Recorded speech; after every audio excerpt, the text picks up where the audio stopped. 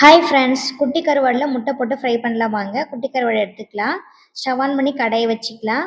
கருவாடு இதில் சேர்த்துட்டு ஒரு 2 நிமிஷம் லோ ஃப்ளேமில் லைட்டாக வறுத்துக்கலாம். அப்போ தான் மண்ணெல்லாம் போகும். வறுத்துட்டு தண்ணியில் ஒரு 4 to 5 டைம் நல்லா அலசி எடுத்துக்கலாம். ஸ்டவ் ஆன் பண்ணிவிட்டு கடாயை வச்சுக்கலாம்.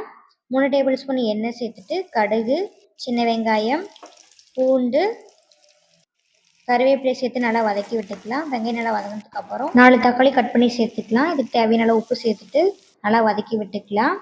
1/2 டீஸ்பூன் சில்லி பவுடர், 1/2 டீஸ்பூன் கொத்தமல்லி தூள், 1/2 டீஸ்பூன் கரம் மசாலா, கொஞ்சம் மஞ்சத்தூள் சேர்த்துட்டு நல்லா வதக்கி விட்டுக்கலாம். மசாலா நல்லா வெந்ததுக்கப்புறம் கழுவி வச்சிருக்க கருவாடில் சேர்த்துட்டு நல்லா கிளறி விட்டுக்கலாம்.